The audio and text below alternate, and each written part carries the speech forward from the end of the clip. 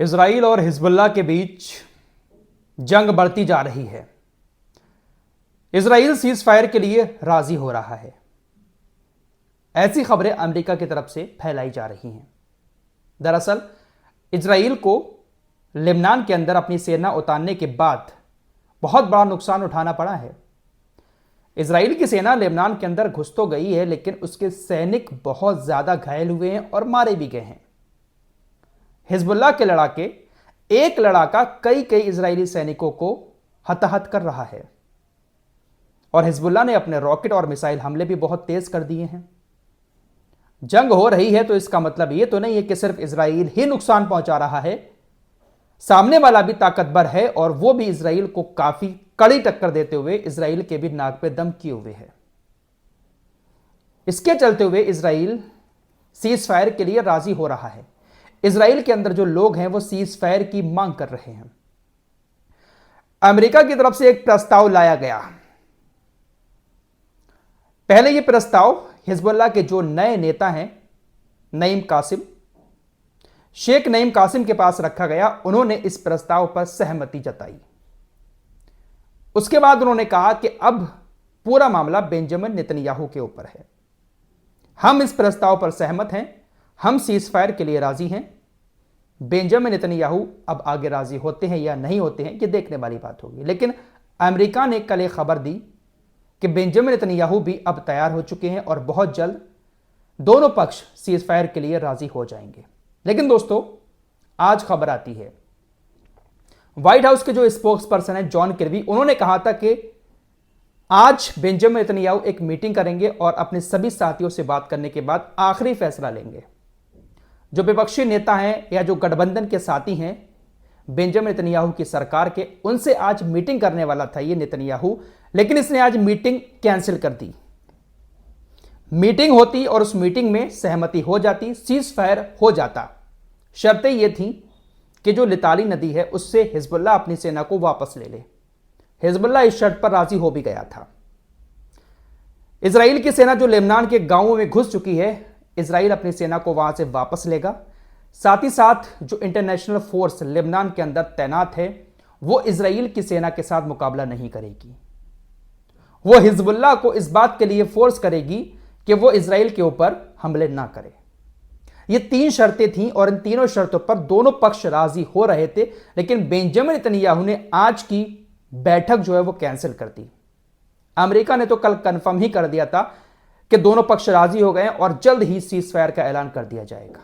लेकिन Benjamin Netanyahu शायद नहीं चाहता है कि लेबनान के बॉर्डर पर सीज फायर हो, क्योंकि अभी तक इजराइल को एक साल के अंदर कोई भी जीत हासिल नहीं हुई है। भले ही उसने कितना भी नुकसान गाजा को और लेबनान को पहुंचा दिया हो, लेकिन ऑफिशियली जीत को डिक्लेयर अभी नहीं किया है। अभी भी गाजा के अंदर इजराइल की सेना इधर उधर भटक रही है।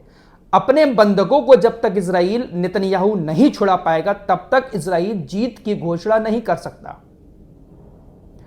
बेंजामिन नेतन्याहू का राजनीतिक करियर पूरी तरीके से तबाह हो जाएगा अगर बेंजामिन नेतन्याहू सीज फायर कर लेता है, क्योंकि कुछ कट्टरपंथी नेता ऐसे हैं इसके साथ जो नहीं चाहते हैं कि सीज फायर हो और गठबंधन की सरकार ये चला रहा है। अगर इसने सीज फायर किया तो गठबंधन टूट जाएगा और इसकी सरकार गिर जाएगी और इसके ऊपर जो भ्रष्टाचार के मुकदमे चल रहे हैं फिर कोर्ट इसको घसीट कर जेल भी पहुंचा सकता है। इसलिए यह मासूमों के खून के साथ खेले जा रहा है, हमले कर रहा है और जंग को बढ़ा रहा है। जितनी जंग बढ़ेगी उतनी ये कुर्सी पर मजबूती से बैठा रहेगा। इजराइल के जो लोग हैं वो सीज फायर की मांग इसलिए कर रहे हैं क्योंकि हिजबुल्लाह ने नुकसान बहुत बड़ा पहुंचाया है। इजरायली अखबार यदियोत ओहरोनोत ने कुछ आंकड़े दिखाए हैं। हिजबुल्लाह ने जो आग लगाई है उससे कितना नुकसान हुआ है उसकी एक झलक दिखाई है। तकरीबन 9,000 से ज्यादा इमारतें और 7,000 से ज्यादा वाहन, गाड़ियां पूरी तरीके से क्षतिग्रस्त हो गए हैं। नहरिया, किरियत शामोना, जाराइट, मनारा, शटौला, इन सभी शहरों में, इन सभी जगहों पर बहुत बड़ा नुकसान हिजबुल्लाह ने पहुंचाया है। बस्तियां छोड़कर तो लोग पहले ही भाग चुके हैं, लेकिन नुकसान भी बहुत ज्यादा हुआ है उस बॉर्डर पर। इसलिए सीज फायर की मांग लगातार उठ रही है। जैसा कि मैंने अभी शुरू में कहा कि गाजा में भी इजराइल अभी जीत हासिल नहीं कर पाया है, सिर्फ छिछोरी हरकतें उसकी सेना कर रही है। सहायता जो पहुंच रही है गाजा में उसको रोक रही है इजराइल की सेना, जिसके चलते हुए जो नागरिक सुरक्षा में लगी हुई टीमें थी गाजा के अंदर, गाजा शहर में, उन्होंने अब अपने वाहनों को पूरी तरह से रोकने का ऐलान कर दिया है कि हम अब गाजा के शहरों में गाजा के नागरिकों की सुरक्षा में अपनी गाड़ियां नहीं चला सकते, अपने लोगों को वहां पर नहीं भेज सकते, क्योंकि इजराइल की सेना हमें जानबूझकर निशाना बना रही है। हम अपनी गाड़ियों को लेकर गाजा के लोगों की सहायता करने जाते हैं और गाड़ियों पर हमारे हमले किए जाते हैं, हमें ही निशाना बनाया जाता है, मदद करने से रोका जाता है। लिहाजा हम पूरी तरीके से अपनी गाड़ियों को रोक रहे हैं।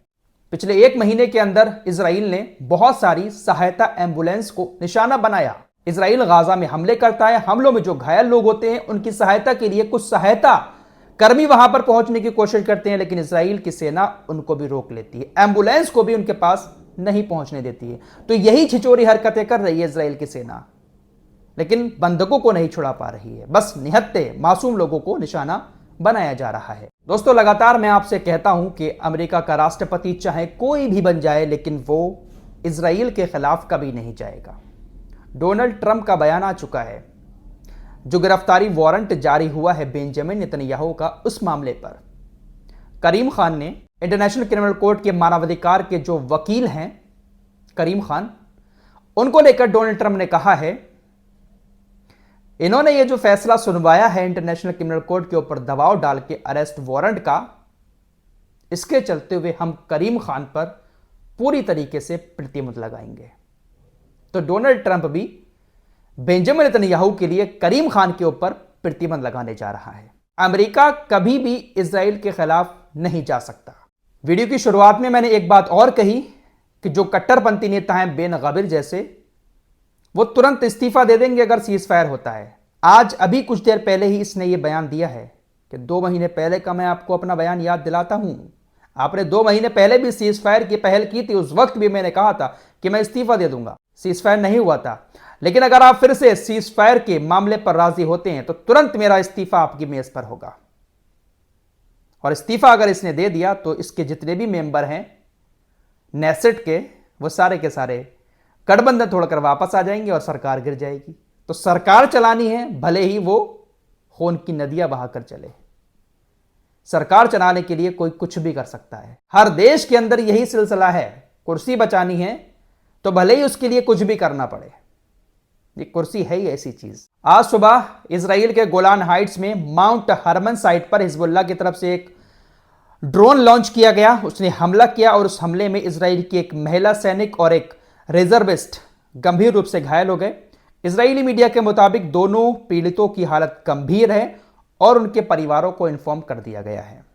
परिवार वाले बहुत परेशान हैं, महिला सैनिक भी मारी जा रही हैं, घायल हो रही हैं। गाजा स्वास्थ्य मंत्रालय का एक आंकड़ा सामने आया है जिसमें बताया गया है कि 7 अक्टूबर 2023 से 1 नवंबर 2024 के बीच इजरायली सेना ने गाजा में 7,160 नरसंहार किए हैं और 1,410 फिलिस्तीनी परिवारों को नागरिक रजिस्ट्री से पूरी तरह से मिटा दिया गया है। नामो निशान भी नहीं है उन परिवारों का कि ये परिवार कभी इस गाजा के अंदर रहा भी करते थे।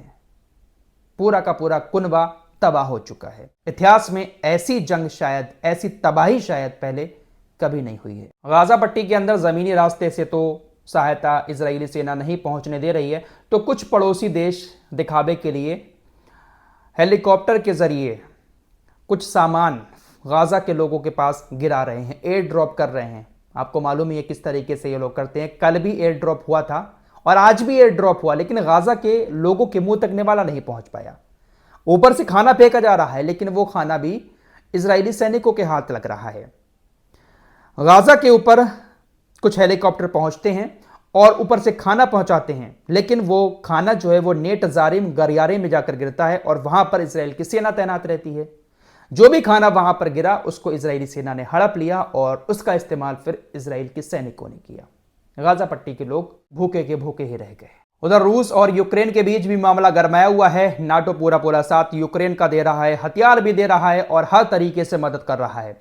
रूस ने यूरोप से कहा है कि यूक्रेन को परमाणु हथियार भेजना वर्ल्ड वॉर 3 की शुरुआत होगी। रूस का यह बयान उन रिपोर्टों के बाद आया है जिसमें यह दावा किया जा रहा है कि बाइडेन ने परमाणु हथियार यूक्रेन में तैनात करने की इजाजत दी है। इसी पर रूस ने कहा है कि अगर ऐसा होता है तो वर्ल्ड वॉर 3 की यह शुरुआत हो जाएगी। वैसे रूस तालिबान के भी काफी करीब आ रहा है। रूस ही वो पहला देश था जिसने यह कहा कि हम तालिबान को आतंकियों की लिस्ट से हटा देंगे। चाइना तो हटा चुका है, अब रूस ने भी तालिबान को आतंकियों की लिस्ट से हटाने का प्रोसेस स्टार्ट कर दिया है और बहुत जल्द रूस भी तालिबान को आतंकियों की लिस्ट से बाहर कर देगा। मिस्र पूरा साथ इस जंग के दौरान इजराइल का दे रहा है, लेकिन मिस्र को नुकसान भी बहुत ज्यादा हो रहा है। लाल सागर में सबसे ज्यादा नुकसान किसी को हुआ है हुतीस के द्वारा, तो वो मिस्र को हुआ है। मिस्र के विदेश मंत्री ने आज चेतावनी दी है कि अगर ऐसे ही लाल सागर के अंदर सब कुछ चलता रहा तो हम तो बर्बाद हो जाएंगे, अर्थव्यवस्था बिल्कुल बिगड़ जाएगी। लाल सागर में सबसे ज्यादा नुकसान उठाने वाला कोई देश है तो वो मिस्र है। जब याराना गहरा है तो नुकसान उठाने में क्या जा रहा है। बर्बाद भी हो रहे हैं लेकिन रहेंगे उसी के साथ।